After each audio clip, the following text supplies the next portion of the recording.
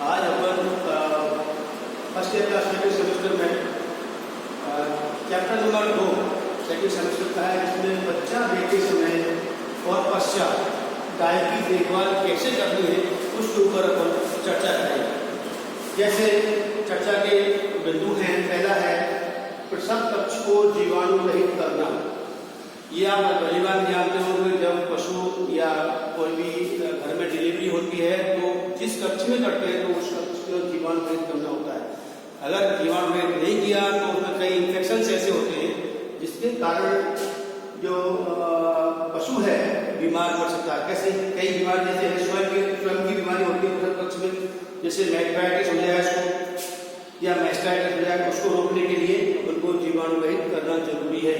अगर कोई इन्फेक्शन पशु को लग गया तो जानवर की जेल में रुक जाती है, जेल जानवर की नहीं रुकनी चाहिए। इसलिए सबसे पहले जो जिस कक्ष में डिलीवरी हो रही है उस कक्ष को डिसइंफेक्टेंट करना बहुत जरूरी है। कुछ ऐसे रोग होते हैं, अगर बगैर सैनिटाइज किए हुए रूम में डिलीवरी कराई तो कई बच्चों को रोग हो जाते हैं, जैसे नेवल निमोनिया, काफ स्कोर, मैगट वुंड की डेवलप हो जाती है। फिर आगे मक्खी और मच्छर का प्रकोप, जो जिससे काटने से जानवर को कई मैगट वुंड्स हो जाती है, मलेरिया हो सकता है, थैलेरिया हो सकता है, ऐसी बीमारी आती है। इसलिए इंसेक्टिसाइड का भी मारना बहुत जरूरी है। पशु को तनाव मुक्त रखने के लिए ये पूरे प्रसव कक्ष को जीवाणु रहित करना बहुत अति आवश्यक है। दूसरा बिंदु आता है प्रसव कक्ष को जीवाणु रहित करने के तरीके क्या हैं जिनसे हम प्रसव कक्ष को जीवाणु रहित करेंगे। कक्ष की समस्त मरम्मत होनी चाहिए। कई बार क्या होता है कि जिस प्रसव कक्ष में हम जानवर की डिलीवरी करा रहे हैं उसकी दीवारों में दरार होती है, प्लास्टिक टूटा फूटा होता है या दीवारों पर लीपड़ नहीं होती है, अगर कच्ची दीवारें, तो उनके अंदर क्या होता है, चिचड़े, मक्खियाँ, मच्छर पनप जाते हैं, जो जानवर को इन्फेक्शन देंगे, जो उसको उसकी स्वास्थ्य है उस पर प्रतिकूल असर पड़ने के चांसेस आते हैं। समय समय पर उसमें सफेदी होनी चाहिए। जिस प्रसव कक्ष में अपन डिलीवरी कराएंगे उसमें समय समय पर उसकी सफेदी होनी चाहिए। प्रसव कक्ष की हवादार होना चाहिए, चारों तरफ से हवा, बिजली, रोशनी का पूरा व्यवस्था होनी चाहिए। अच्छी क्वालिटी की बिछावन, जहाँ पशु को डिलीवरी करानी है, नीचे पक्के फर्श पर नहीं कराते, सीमेंटेड फर्श पर नहीं होना चाहिए। उसमें बिछावन कोई घास या कोई ऐसी मूंगफली के छिलके की बिछावन कर देनी चाहिए, ताकि पशु को बैठने में या जोड़ लगाने में या करने में कोई परेशानी नहीं हो। प्रसव कक्ष में प्रसव से पूर्व पश्चात DDT और BSC का पाउडर का घोल का छिड़काव कर देना चाहिए या फिनाइल का छिड़काव कर देना चाहिए, ताकि प्रसव कक्ष का सैनिटेशन पूरा अच्छी तरह से हो सके। प्रसव कक्ष में पानी के बर्तन, नाव आदि की साफ सफाई ये होनी चाहिए। जो बर्तन जिस पशु को डिलीवरी हो रही है उसको चारे के बर्तन, उसको पानी के बर्तन अच्छी तरह साफ होने चाहिए और उनको साफ पानी और स्वच्छ चारा उपलब्ध कराया जाना चाहिए। साफ सफाई नियमित होनी चाहिए, जैसे गोबर है, मल मूत्र है, वो प्रसव कक्ष में बिल्कुल ही नहीं रहना चाहिए, नहीं तो उससे मक्खियाँ बैठेंगी, मच्छर डेवलप होंगे, उससे कई तरह के इन्फेक्शन पशु को हो सकते हैं। प्रसव इसके लक्षण, प्रसव जब होगा तो उसके लक्षण क्या क्या आएंगे। मादा पशु, चाहे वो गाय हो, चाहे भैंस हो, चाहे भेड़ हो, चाहे बकरी हो, चाहे कोई भी जानवर हो, उस पर क्या क्या लक्षण आएंगे वो आपको पशुपालक को या डेयरी मैन को ये मालूम होना चाहिए कि भाई अभी जानवर मेरा ब्याने वाला है या बच्चा देने वाला है। सबसे पहले पशु का झुंड से अलग होना। अलग पशु खुले में है तो वो अपने झुंड से अलग हो जाता है ब्याने से पहले। अब सोते ही ये नेचुरल एक्टिविटी होती है जो पशु अपने आप को अलग कर लेता है, आइसोलेशन कर लेता है।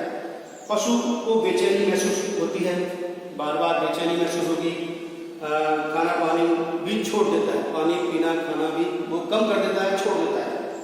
फिर अडर का डेवलपमेंट, उसकी दादी में दूध भर जाता है तो उसकी अडर भी दूर से आयन जो है वो डेवलप हो जाता है, भारी बना जाता है, वो दूर से दिखता है कि भाई हमारा ये जानवर ब्याने वाला है। थनों में दूध आ जाना, थन भी लंबे हो जाते हैं, जिनमें दूध टपकना शुरू हो जाता है, इससे महसूस होता है कि जानवर हमारा ब्याने वाला है। ब्याने के 1-2 दिन पूर्व पैर की गडल, पूंछ जहाँ होती है, पूंछ का आकार होता है, उसके दोनों तरफ खड्डे पड़ जाते हैं, इनको अपन कहते हैं पेल्विक गर्डन या पेल्विक लिगामेंट का लूज हो जाना। तो ये आपको खड्डे दिखाई देंगे और वो लूज हो जाते हैं। पूंछ के आधा दोनों तरफ खड्डे बन जाते हैं, जाने के लिगामेंट लूज हो जाता है। मेन सिम्टम्स आता है बलवा, जहाँ से बच्चा बाहर आता है वो बड़ी हो जाती है और सूज जाती है, सूजन आ जाता है और डेवलप हो जाती है। जो जो प्रसव नजदीक आएगा, जैसे ही बच्चा होने वाला होगा, पशु बार बार पेशाब करेगा, उठेगा बैठेगा, पेट दर्द महसूस करेगा और पीठ को लंबी करके जोर लगाना आदि प्रारंभ कर देता है। फिर लास्ट में है इसका गाढ़ा म्यूकस। जैसे बलवा को आप देखेंगे तो उसके अंदर से आपको गाढ़ा म्यूकस निकलता हुआ, डिस्चार्ज बाहर गिरता हुआ दिखाई देगा। सर्वाइकल सील दूर हो जाती है, वो टाइम बिल्कुल नजदीक आ जाता है कि बच्चा होने वाला है। तो बच्चा की चांस मतलब प्रारंभ प्रसव क्रिया प्रारंभ हो जाती है। पशु द्वारा खड़े या बैठकर जोर लगाना, बलवा से पानी की पोटली भी कई बार दिखाई देना शुरू हो जाती है। अब आता है प्रसव के दौरान और पश्चात गायकी या कुछ भी। जब प्रसव हो रहा है, जब बच्चा आ रहा है, तब आपकी देखभाल आपको कैसे करनी है वो उस पर आपको ध्यान देना है। पहला, प्रसव कक्ष जहाँ प्रसव हो रहा है का वातावरण शांत होना चाहिए। ऐसा नहीं हो कि जहाँ गाय या भैंस या दूसरे को पशु जब बच्चा दिख रहा है तो वहाँ कहीं जोर से शोर शराबा हो रहा हो या कोई किसी की आवाज़ आ रही हो या कोई मशीन चल रही हो या और कुछ हो रहा हो, वो बिल्कुल नहीं होना चाहिए। कहने का मतलब वो शांत वातावरण होना चाहिए। प्रसव के दौरान बाह्य आवश्यकता पड़ने पर ही उसको सहायता दी जाए। जब गाय भैंस जाती है तो उसको अगर वास्तव में जरूरत है बाहर की सहायता की तो ही चिकित्सक को या डेयरी मैन को उसकी मदद करनी चाहिए। तो पशु अपना प्यारा है तो उसको कोई मदद नहीं करके उसको देखते रहे। तीसरा है बाह्य सहायता जब ही करें जब बच्चे के दोनों पैर, अगर आपको जरूरत पड़ रही है कहीं सहायता करने की। जब आप देखोगे जब पहला बाथरूम में आगे फूट गया, सेकंड बाथरूम में जब वो फूटता है तो उसके बच्चे के दो पैर दिखाई देते हैं और उसकी जो नी जॉइंट है उसके ऊपर उसका मुंह दिखाई देता है। किसी कारण उसको ढंग से जोर नहीं लगा पा रही है, ये बच्चा नहीं आ रहा, तो अगले पैर को बाहर की तरफ जोर लगा के खींचना चाहिए ताकि बच्चा आसानी से बाहर आ सके। प्रसव की 3 अवस्थाएं होती हैं। पहली अवस्था, प्रसव की 3 अवस्था है। पहली अवस्था को प्रथम अवस्था कहते हैं। इसमें जहाँ प्रसव कक्ष है उसके अंदर शांत वातावरण होना चाहिए। यूट्राइन संकुचन बहुत तीव्र हो जाती है, यूट्रस बहुत जोर से जोर लगाना शुरू कर देता है। इसके कारण वाटर बैग दिखाई देगा। जो एक पोटली होती है जिसको अपन बतासी बोलते हैं, वो पोटली दिखाई देगी। सहायता की आवश्यकता हो तो सहायता करें, अन्यथा सहायता नहीं करें। तो पहला वाटर बैग इसमें कई अवस्था में आकर के फूट जाता है। प्रसव की दूसरी अवस्था जिसमें जोरदार संकुचन, यूट्रस में बहुत जोरदार संकुचन होगा। सेकंड वाटर बैग सोते ही बाहर आकर फूट जाता है, बच्चा दिखाई देता है। यह समय इस जो द्वितीय जो अवस्था है इसका समय आधे घंटे से 2 घंटे तक ही होता है। फिर 2 घंटे में बच्चा बाहर आ जाता है। प्रसव की तीसरी अवस्था जिसमें जेल गिरने की अवस्था बोलते हैं इसको, बच्चे के मुंह जेल गिरने की अवस्था है। जेल मादा से 8 घंटे तक गिर जानी चाहिए, 6 से 8 घंटे गिर जानी चाहिए। अगर जेल नहीं गिरती है तो तुरंत चिकित्सक से संपर्क करना चाहिए। बच्चे के जैसे बच्चा बाहर आता है तीसरी अवस्था में तो बच्चे के मुंह और नाक से जो म्यूकस, जो लाल जैसी जो बैक्टीरिया होता है उसको साफ करने से साफ कर दो। उस समय पश्चात बच्चे को खीस थोड़ा थोड़ा पिलाना शुरू करें। पहले तो बोवे से दूध नसीब दें थोड़ा सा, उसके बाद उसको थोड़ा थोड़ा दूध पिलाना शुरू करें।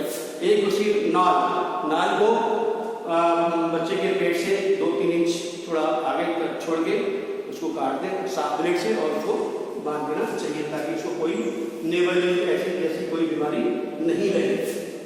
ये रही 3 अवस्थाएं जिनमें अपन पशु को देखते हैं और पशु की मदद करते हैं। फिर है प्रसव के बाद देखभाल, प्रसव के पश्चात देखभाल। ठीक है, इसमें क्या करेंगे, पशु के विश्लेषण, ये बहुत मुख्य है। अगर आपने पशु के ब्याने के बाद, बच्चे को संभालने के बाद अगर मादा पशु की देखभाल नहीं की तो उसको कई तरह के संक्रमण लग जाएंगे जिससे उसके स्वास्थ्य में और उसके प्रोडक्शन उत्पादन पे दोनों पे बहुत ही असर पड़ता है और कई बीमारी फैल जाती है जिसमें पशु की मृत्यु भी हो जाती है। उसके लिए अपन को क्या करना है, इसमें पशु के पिछले पैर नीचे से नहीं, ऊपर जहाँ पूंछ और जहाँ से बच्चा आता है वो एक है, कमर का एक है, पिछले पैर, योनि, पूंछ, मलद्वार को हल्के गर्म पानी से, जिसमें कि 1% थोड़ी सी लाल दवा या अन्य कोई एंटीसेप्टिक आप पास करा है, कुछ नहीं पड़ा है, कि नीम के पत्ते पानी में डाल करके थोड़ा निवाय गर्म करके उसको सफाई कर देंगे, धो देना है, साफ कपड़े से बाद में पोंछ देना है। मादा पशु द्वारा बच्चे को चाटने देंगे। गाय और भैंस अगर अपने बच्चे को चाट रही है तो उसको पूरा चाटेंगे, ताकि वो उसकी सफाई वो पशु अपने आप कर देगा और वो उसके लिए खून के संचार के लिए, दोनों के लिए, माँ के लेट डाउन और बच्चे के खून संचार के लिए बहुत ही आवश्यक है, उसको चाटने दें। आगे क्या काम है आपका, उस टाइम पे बच्चा हो जाए, जब इतनी कार्रवाई हो जाती है तो आपको ब्याने के बाद थोड़ी सी अजवाइन और थोड़ा गुड़ का घोल जानवर को पिला दें, ताकि जेर आसानी से आ सके और उसको कोई समस्या नहीं हो, कोई बीमारी नहीं लगे। अगला काम है आपको थनों को धोकर, जो उसके बोबे हैं, जो उसकी टीक है, जहाँ से उनको दूध निकालना है, उस बोबों को तो उनकी बोबों से हर बोबे से 2-3 धार बाहर निकाल करके प्रथम दूध पहले बच्चे को पिलाएं, जिसे अपन खीस बोलते हैं। बच्चे को माँ का पूर्ण दूध नहीं पिलाएं। अगर ज़्यादा खीस पिला दिया तो बच्चा बीमार पड़ जाएगा, उसको दस्त हो जाएंगे या निमोनिया हो सकता है, तो बच्चा पीने की क्रिया को जानता नहीं, इसलिए धीरे धीरे उसको चटाएं या पिलाएं। फिर अदर जो उसका आयन है उसको पूरी तरह खाली नहीं करें, ये भी ध्यान रखें। कई पशु वाले क्या करते हैं, पूरी दादी को खाली कर देते हैं, गाने को खीस है इसको निकाल दो, लेकिन अगर खीस पूरा निकाल दिया तो जानवर को कई बीमारी हो जाती है। जैसे सबसे ज़्यादा खतरनाक बीमारी होती है मिल्क फीवर, जो भैंसों में बहुत ज़्यादा पाया जाता है, गाय में होता है, एक्टिविटी गाय में, तो वो बीमारी बहुत खतरनाक है, तो पशु की मृत्यु भी हो जाती है। तो इससे बचने के लिए पूरा खीस दादी से नहीं निकालना चाहिए। अगला है प्रसव कक्ष में बिछावन को हटा देना। जब गाय की डिलीवरी हो जाए या भैंस की डिलीवरी हो जाए तो उसमें जो लोचिया और वो मैला या गंदगी होगी है, उस बिछावन को पूरी को हटा करके नई बिछावन बिछा दें, ताकि वो उसको इन्फेक्शन नहीं लगे। ब्याने के 4-5 घंटे बाद पशु को निम्न घोल ऊर्जा हेतु पिलाना है। उसको ताकत देने के लिए कुछ दवाइयाँ ऐसी हैं जो आपको पिलानी है, जैसे 500 ग्राम गुड़, 100 ग्राम मेथी, 100 ग्राम अजवाइन, 50 ग्राम सौंठ और 100 ग्राम काला नमक, इन सबको मिला करके गुड़ के साथ लाडू से बना कर उसको खिला दें, ताकि उसको शरीर में स्फूर्ति आएगी, ताकत आएगी और उसे जेल भी करने में बहुत सहायता मिलेगी। यदि पशु 8 घंटे के बाद भी जेल नहीं गिराता है तो उसको तुरंत ही पशु चिकित्सक से संपर्क करना चाहिए और उसे राय देनी चाहिए कि पशु मेरा ब्याए हुए 8-10 घंटे हो गए, जेल नहीं गिरी है, तो कोई कारण है, तो उसको कोई इन्फेक्शन से होने वाले इन्फेक्शन से बचाने के लिए ये चिकित्सक से संपर्क करना बहुत जरूरी है। अगला है पशु को 4-5 दिन तक साफ स्वच्छ गुनगुना पानी पिलाएं। उसको एकदम ठंडा पानी नहीं पिलाएं, गुनगुना पानी करके पिलाएं, ताकि उसकी वो आराम से पी सके, कोई समस्या उसको नहीं हो। और बढ़िया चारा दाना 1 kg तो 1.5 kg और गुड़, मतलब जब जानवर गया 4-5 दिन बाद कम से कम 1-1.5 kg दाना और बढ़ाएं, तो लाएं अच्छी तरह से और गुड़ खिलाएं। अगला है धीरे धीरे संतुलित आहार देना। जब 4-5-6 दिन का हो जाए, गाय हो जाए या भैंस गाय भी हो जाए, तो उसको संतुलित आहार जो आप जानते हैं वो संतुलित आहार उसको मिलना चाहिए, ताकि आपको अच्छा उत्पादन उससे दूध का उत्पादन उससे मिल सके। मादा का गर्भाशय 30 से 45 दिन में यूट्रस जिसमें बच्चा आता है, हम गर्भाशय अपन बोलते हैं, 30 से 45 दिन में ब्याने के बाद नॉर्मल स्थिति में आ जाता है, सामान्य हो जाता है। और 60 से 75 दिन, इसका मतलब होगा 2.5 या 3 महीने तक, ब्याने के 2.5-3 महीने के अंदर अंदर गाय या भैंस दोबारा से हीट में आ जानी चाहिए। अगर आप अच्छी तरह से उसकी खिलाई कर रहे हैं तो उसको न्यूट्रिशन पूरा दे रहे हैं तो न्यूट्रिशन पूरा मिलेगा, कितने दिन में ये हीट दोबारा जाएगी। अगर हीट में नहीं आती है तो आपको पुनः चिकित्सक से संपर्क करना चाहिए कि मेरा जानवर 3 महीने हो गए ब्याए हुए, लेकिन हीट में नहीं आया, क्योंकि हीट पाना जरूरी है, तभी आपको नेक्स्ट ब्याह आने में टाइम भी लगेगा और जानवर खाली भी रहेगा और आपको दूध पर्याप्त मात्रा में मिलता रहेगा। दूसरा है नेक्स्ट स्टेज आती है retention of placenta, ROP. ROP बहुत खतरनाक बीमारी है। आरओपी मोस्ट है, ये अक्सर हमारे क्षेत्र में, हमारे क्षेत्र क्या सभी किसानों के भाई के बाड़ों में जानवर जाते हैं, उनको टेक्निकल नॉलेज बहुत कम होती है, वो अपने पुराने हिसाब से खिलाते पिलाते, पुराने हिसाब से उसको रखते हैं, प्रबंधन वैसे करते हैं, तो ये बीमारी बहुत ज़्यादा होती है।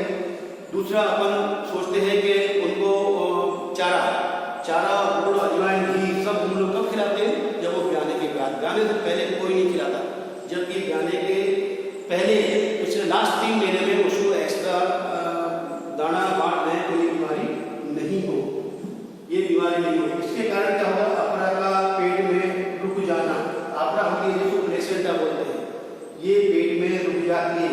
कई कारण होते हैं रुकने के, कारण जैसे गर्भपात हो जाता है, टाइम से पहले ही 2-3 महीने में कई बीमारियां चलती हैं, जिससे गर्भपात हो जाता है, अपरा वही पेट में रुक जाती है, सड़ जाती है, जिससे जानवर को बहुत भयंकर बीमारी हो जाती है और उससे उसका स्वास्थ्य और उसका उत्पादन दोनों ही खराब हो जाते हैं। जैसे ब्रूसेला है, विब्रियो फीटस है, ट्राइकोमोनासिस है, स्ट्रेप्टोकोकस है, ई कोलाई है, स्ट्रेप्टोकोकस है, ये ऐसे जीवाणु की बीमारी होती है जो इसको अपरा को रोक देती है। इन बीमारियों को बैक्टीरिया से वायरस से बचाने के लिए हम सबको जीवाणु रहित करते हैं। फिर है यूट्रस इनर्शिया। कई बार यूट्रस में संकुचन बहुत कम होते हैं, हो ही नहीं पाते। क्यों नहीं हो पाते? तो वो हमने उसको ढंग से नरिशमेंट का ध्यान ही नहीं किया, उसको खिलाया पिलाया नहीं, जिसके कारण वो जो भी अपनी जानवर पैदा पूरा हो नहीं पाता है, जिसके कारण जानवर मर भी जाता है और पशुआनी मर जाता है। अन्य कारण माल न्यूट्रिशन सबसे मुख्य कारण है अपने पशुपालकों के घरों में। तो वो लोग समझते ही है कि हमको न्यूट्रिशन उसको देना है, किस तरह का न्यूट्रिशन देना है जिससे बच्चा और जच्चा जो पशु है दोनों स्वस्थ रहे। उसके लिए अच्छा न्यूट्रिशन, अच्छा बैडिंग, अच्छी व्यवस्थाएं करना जरूरी है। हम लोग क्या करते हैं, माल न्यूट्रिशन में जब जानवर हमारा प्रेग्नेंट होता है तो उसको चारा कुछ देते हैं, जब तक जानवर दूध देता है तब तक हम चारा दाना खिलाते हैं। जैसे ही वो ड्राई होता है उसको हम सबको देना बंद कर देते हैं, वो केवल उसको खाकले पे या चारे पे उस पर रहता है। वो इसका मुख्य कारण हो जाता है, जिसके कारण जानवर में ये आरोपी का रोग होता है और उनमें कई बीमारियों से हो जाती है, जिससे जानवर खराब हो जाता है और कई बार जानवर की मृत्यु तक हो जाती है। वैसे आरोपी जो निकलने के जो तरीके हैं, एंजाइमल और यांत्रिक और हार्मोनल, ये तीनों चीजें काम करती है। तो वो जब कोरंकल और कोटिलिडन से हटती है, जैसे पेट के अंदर छूट जाता है, तो उससे 2 ये अपरा होती है, मातृत्व अपरा और बच्चे की अपरा। बच्चे की अपरा मिलता है, लेकिन फीडिंग मातृत्व अपरा से उसको मिलती है। यूट्रस में जैसे एंडोमेट्रियम में पहली तो भारी बटन होती है, जिसके अंदर 80 से 120 बटन जैसे आकृति होती है, जिनको कोटिलिडन्स कहते हैं। कोटिलिडन्स बिलाई उंगली जैसी रचना होती है, जिनसे बच्चे की अपरा होती है, उन दोनों से जुड़ी होती है। तो कोटिलिडन और कोरंकल दोनों ही आपस में जुड़ी होती है। वो जब छूटती है तब जाकर ये बच्चे वाली अपरा बाहर निकलती है, जो यांत्रिक मैकेनिज्म से, एंजाइमल से और हार्मोन्स के कारण ये नॉर्मल होती है। तब बच्चे से बच्चा बाहर आता है, उसके बाद में शरीर से बाहर भी आती है। उपचार के लिए अगर आरोपी हो गई तो इसका उपचार होना जरूरी है। अगर उपचार नहीं करेंगे तो पशु मर जाएगा। इसलिए उपचार के लिए सबसे पहले तो अगर आप एक्सपर्ट हैं तो वो लकड़ी से धीरे धीरे निकालें, अदरवाइज सीधा पशु चिकित्सक को कॉल करें और उसे जेल को निकलवाएं। हाथ से जेल कभी नहीं निकालें, क्योंकि हमारे किसान भाइयों के नाखून वगैरह बड़े होते हैं, कभी कोई ट्रीट करते नहीं है, जिसके कारण कई बीमारियां लग सकती हैं। दुग्ध का अगर आरोपी का दुष्प्रभाव होंगे तो दूध कम हो जाएगा, उसके स्वास्थ्य पर बहुत बुरा प्रभाव पड़ेगा। प्रसव के बाद अगली बार दोबारा हिट में नहीं आएंगे। यूट्रस का इन्फ्लोरेशन जो है नॉर्मल अवस्था में आने में देरी होगी और 2 ब्याहों के बीच की अवधि बढ़ जाएगी। ये इसके मुख्य कारण है। Thank you.